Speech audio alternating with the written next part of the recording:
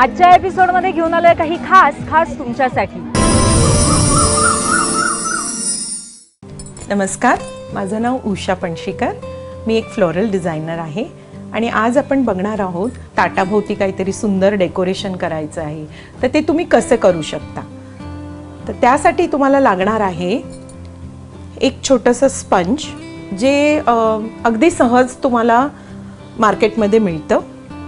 ते तुम्ही घ्या। ते जरा कवर करण्यासाठी आपण पानं वापरणार आहोत।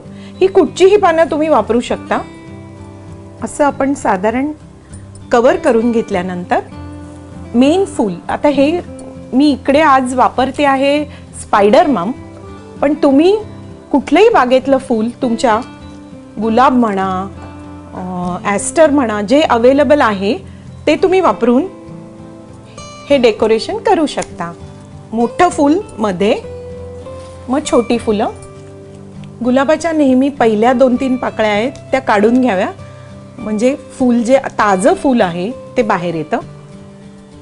मग आता ह्याच्यात आपण थोडे फिलर फ्लावर्स जे अवेलेबल आहेत ते तुम्ही वापरू शकता।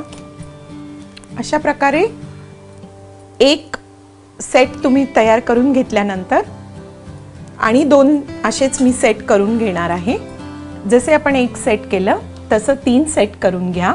ताटाभोवती ते असे मांडून घ्या आणि मग त्याला कनेक्टिंग आपण ऑर्किडनी करणार आहोत। तुम्ही ऑर्किडच्या ऐवजी कुठलेही लांब फूल वापरू शकता। अशा प्रकारे सुंदर अशी फुलांची रांगोळी म्हणूया, अशी तुम्ही ताटाभोवती करून घेऊ शकता।